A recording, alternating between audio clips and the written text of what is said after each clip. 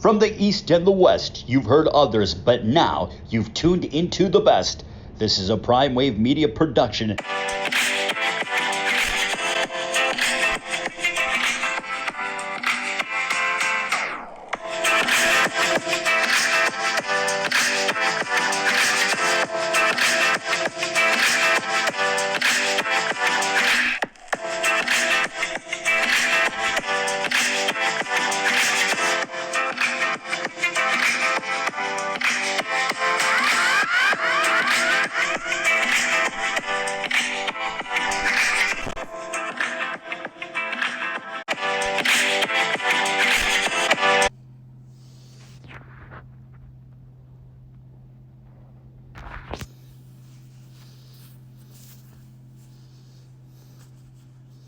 What's up, world? It's the one and only Pop DiBiase, the Primetime Capper, live from Caesar's Palace on IG with the premier sports betting show, the Primetime Angles. And boy, oh boy, I got something in store for you guys today. Let's go ahead and try to get to this money, make some big money today, man. There's a lot of good games going on, and I'm feeling good. I'm feeling great. I hope you guys are feeling the same way, man. It is a beautiful day today, and let's just make sure we make them dollars, baby. But let's go ahead and talk about the NBA first. I got some good odds for you guys coming up here in the Eastern Conference. We're going to preview the Atlantic Division and the Central Division to start off today, and we're going to be doing this for the next few days as well too. I'll probably do it today, tomorrow, and I'll bring it back Monday and Tuesday as well too, because it looks like it'll be about 4 days of this. So pretty much up first, you got the Celtics. Minus 140 right now to win the Central Division. Then you got the Nets, who are actually like the betting man's favorite right now at plus 190. But I think we all know the same thing. The Nets need to add somebody. You know, it's not going to be enough with just Kyrie and KD, because KD can do what he got to do. But, we all know Kyrie is going to have those days where he's out for like 2 weeks. And you got to understand that there's going to be nights where these guys are not going to play as well too. So they're going to need some scrapers over there with the Nets. And if they can still keep those guys intact that they still had last year, I do believe in what the Nets can do. But if they're trying to get rid of these guys to add another star, it's gonna be a little difficult here in the first season. This team has to learn how to gel together as well too. Same thing goes for KD and Kyrie. They might think that they might be a good duo, but it might not work out the way that they see it. The Celtics are right where they need to be, in my opinion. They just added a scraper in Tristan Thompson, a tough big man, which they really needed last year. And the Celtics are all on the right path. They got that big money off the books with Hayward as well, too. So, it is what it is at the end of the day. They are doing a great job. They're in Boston as usual, and I do still see Boston as the runaway favorite here in the Atlantic. Now, the Raptors could pose the danger, but at the end of the day, though, the Raptors, I think, are on their way to rebuilding this team as well, too. They got a lot of assets at this point right now that they can't get rid of, in my opinion, and I really do feel like they can make some moves happen. They're still a playoff team this year. Maybe not a top 5 playoff team, but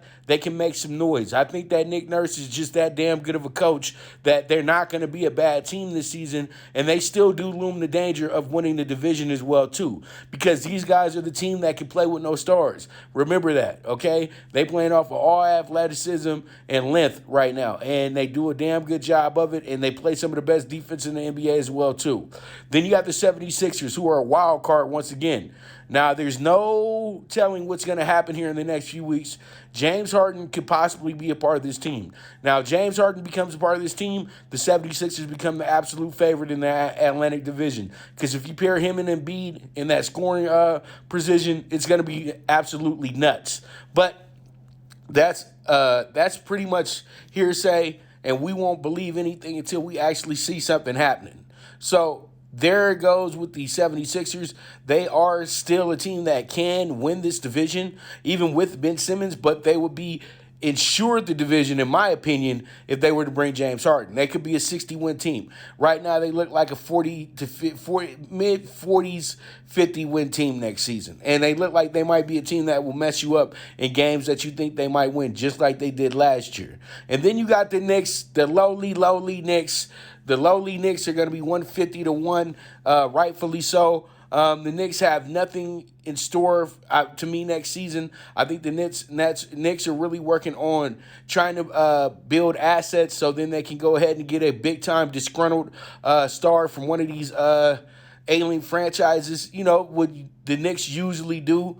But I still think, though, with the addition of their new general manager, Leon Rose, this team is going to get built up the same way the Lakers did. And they'll probably have the opportunity to catch one of these big stars if they play this thing correctly. And if they start sending some of their best out to recruit these guys as well, too. I know Patrick Ewing doesn't have much time for this, but maybe you could have Walt Frazier or Allen Houston or somebody, promote the lifestyle of being a Knickerbocker, being a Knick, because, that's what their real name is, and it still is the actual Knicks name as well, too.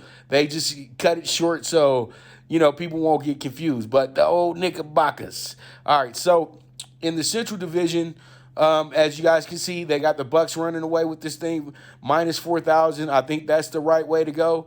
And then you got the Bulls 50-1 here. Bulls are still building as a team as is, in my opinion. So at the end of the day, this one won't be as serious as you think it is. This is going to be a division that's going to actually be kind of a sloppy division as well, too.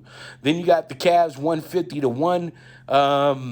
The Cavs, I don't know what direction the Cavs are really taking at this moment, but at this time, I really don't feel that they're moving forward in the correct way. I think that the Cavs are setting themselves back constantly, and we'll see this season. Maybe they could be a bit improved, but I would expect Kevin Love to be on the way out in Cleveland as well, too. Cleveland can attract some assets for him right now, and I think that it's quite possible that he will be leaving Cleveland this season, during the season. Then you got the Pacers, 10-1. This Pacers team is tricky. They kind of ran into a buzzsaw when they played against that hot Miami Heat team going into the playoffs, but I think that this team could have made some noise if they would have played somebody different. So what I'm going to do here is I think that the Pacers have a golden opportunity, and I would jump all over that 10-1 just because, you got Sabonis coming back. I know that Oladipo is a little disgruntled, but he'll get over it. And then they still got Miles Turner as well, too. This team has a lot of potential to be very, very good next season. So pretty much I do like the Pacers 10-1. I think those are the best odds if you want to pick against the Bucks. And then you got the Pistons, the question mark team. Pistons have some talent here now.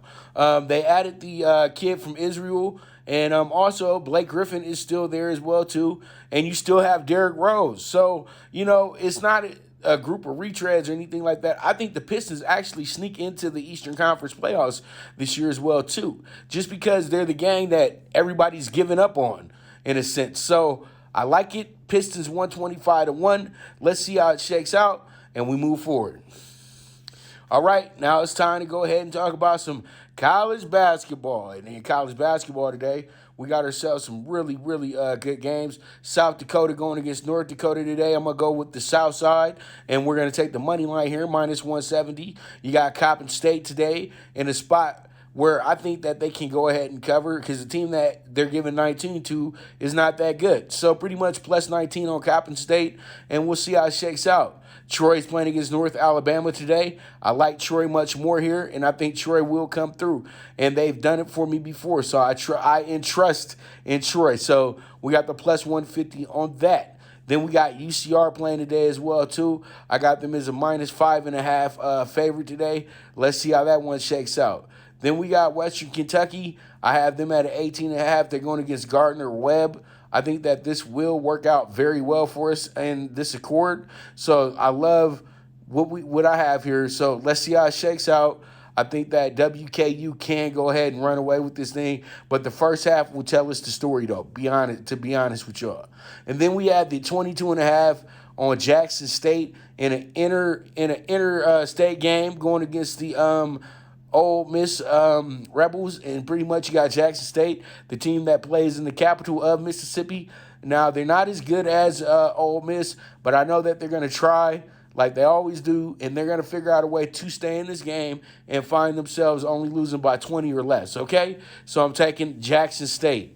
Then we got the Missouri-Kansas City team here, and I'm going to go ahead and take them with the plus 17.5. I like them today as well too. I think they can go ahead and cover this spread. And then you got the Texas Rio Grande Valley. This school barely has entered the Division I, but they've been all right since they got here. I'm going to take them with the minus 140. Let's see how it shakes out. And then we have the Long Beach State in a good game tonight, and I really do like them. They're going against San Francisco tonight. San Francisco is getting a lot of love because of what they did to Kentucky, but at the end of the day, though, what happens here is that this ain't the Kentucky game. This is a new ball game. They may overlook Long Beach State, which you shouldn't do, and I'm going to go ahead and take Long Beach State with the plus 15.5. And that's going to be it right there, too. Pretty much for the CBB Bets list, and we move on from there. All right, so we got Thursday night football, college football, Pitt at Georgia Tech, over 55. You guys already know that was a part of the bets list this week as well, and I'll be bringing back the bets list tomorrow, and then we'll have the bets list show, the review for the bets list coming up on Friday. So there it is. We got the over 55 with G-Tech, plus 7 on G-Tech as well, too. G-Tech over 10.5 team total first half. And there it is. This is going to be, I feel, is going to be a very, very fun game to watch today. I feel like there's going to be a lot of points scored here tonight in Atlanta as well. And you know what Georgia Tech did last time they was on national television. So don't sleep on this team getting a monster upset here today. Let's see what questions we got asked. Okay, San Diego State. That's going to be a tough game right there, kid. San Diego State, Arizona State. If you want to play for some plus money tonight, San Diego State's a good bet there. And the 2.5 is good on San Diego State as well, too. I know we can trust them. Arizona State has been a little bit untrustworthy in spots like these, so we'll see how it goes, but they're going to have to step it up really big tonight in this one. They're still going against a really good Pac-12 squad tonight. All right, so that's our CFB Thursday night ACC game, and we move on to the Conference USA game. And in the Conference USA game tonight, we got the -5 first half on FAU, who has been actually beating teams down with very good defense this season and just pretty much holding the ball and, just eating up that clock. They're not really good offensively, but they do take care of their business on the defensive side and they make things happen. So pretty much with that, we're going to do it like this. So I forgot all about that. This is a brand new shirt, so I'm damn near didn't even take off tags and stuff yet. So pretty much we got the under 43.5. There's a reason for the under as well, too. I feel like this will happen because FAU really, really suffocates their opponents. They really choke teams out to the point to where it's like game over by the half, but then there's still no scoring. There's just going to be a game going on. So once again, under 43.5. Let's see how it shakes out. But I'm going to be kind of slick here and take the over 7.5 first quarter. I think that we'll probably get ourselves 10 to 14 points here in the first quarter. Hopefully it's FAU scoring those points as well, too. So that's what I'm doing here. I'm going to go ahead and I'm going to take the over 7.5 on the first quarter for the FAU South Miss total. Okay, so there it is, -5 FAU first half. Then we have the under 43.5 for the game and the over 7.5 for the first quarter.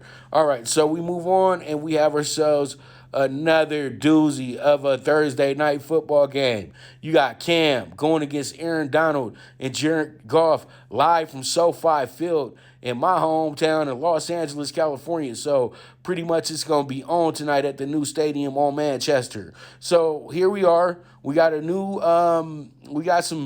new life pumped into the Patriots. And let me give you a breakdown of some of the notes that I took before I started the show today. The Pats on the road this year are 2-4. They're now 6-6, but they're 2-4 on the road. They're 2-4 in games covering. But one thing that they have done is, and I know this is going to be tricky for us tonight, they've went over in 4 out of the 6 games that they've had on the road as well, too. Then you got the Rams. who are one of the best home teams in the league. The Rams yield a 4-1 record at home, and then they're also 5-0 when it comes to it's five. They in 5 home games, every home game has went under, and then also once again against the spread, this team winds up being 3-2 against the spread at home. So pretty much this is a kind of a toss-up game, and everything is pointing towards the Rams in the correct way. That's why you have a spread of plus 4.5, 5 today, because it looks like it could be a good Rams win here. But I know Bill Belichick has a game plan for the Rams, and can Sean McVay make the adjustment? I don't know.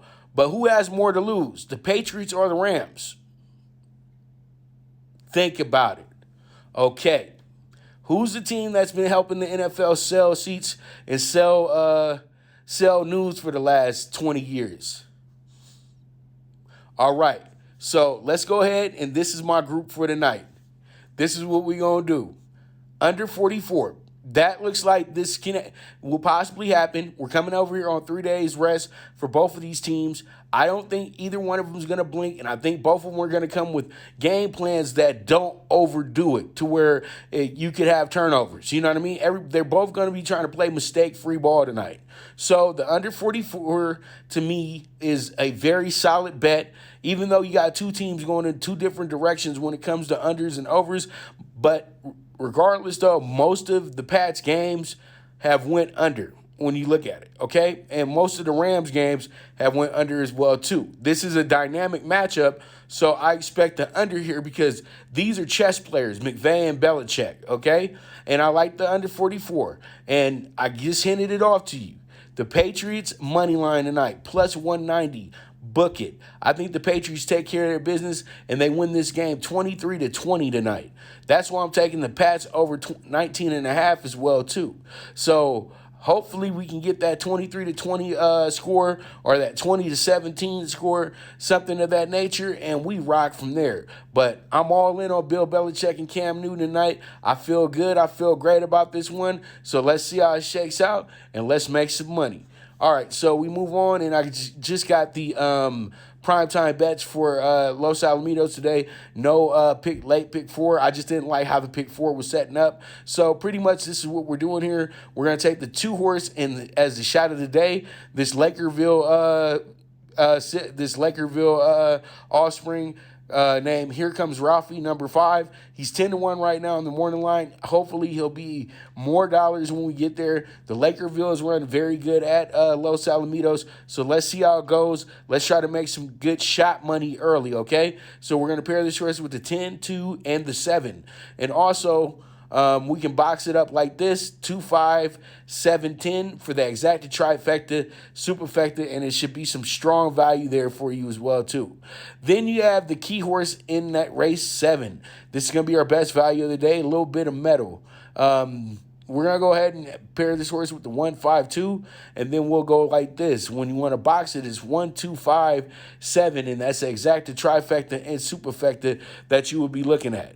And then you have the nightcap, number 2, Autism Can Do. Win, play, show, and the top horses are going to be like this: the 2, the 5, the 4, the 12, and the 10. Now, that's what we're going to do here, and I do like the way that this group is setting up. So let's see how it shakes out. Let's go ahead and make some money off the ponies today as well. And man, oh man, I'm telling you guys right now, the movement is moving. If you're interested in being an exclusive client, hit me up on the Twitter or on the IG at PTSI on IG, and I'll get you situated, get you rolling with the team. Jump on this early bird special because it's not going to be here at the top of the year. So I would suggest now, if you want to be a part of the movement, you try to get something going either today or in the next few weeks or so, okay? No pressure, though. It's all on you. All right, so all I'm here to do is help you build that bankroll, and hopefully I'm doing it on a daily basis with this show as well, too. So you guys are the absolute best, and I thank you guys so much. And this is the Premier Sports Betting Show, the Primetime Angles, live on IG with the one and only Pop DiBiase, the Primetime Capper, and I am gone.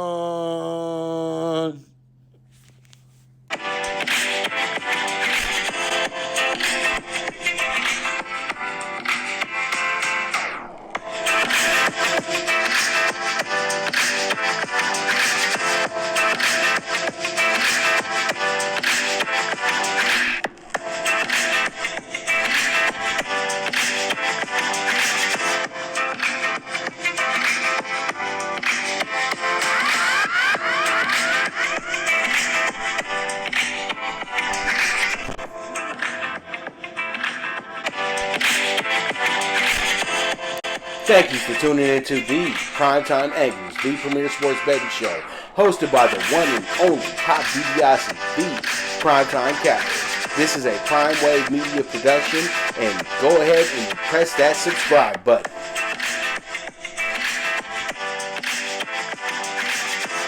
From the East and the West, you've heard others, but now you've tuned into the best. This is a PrimeWave media production.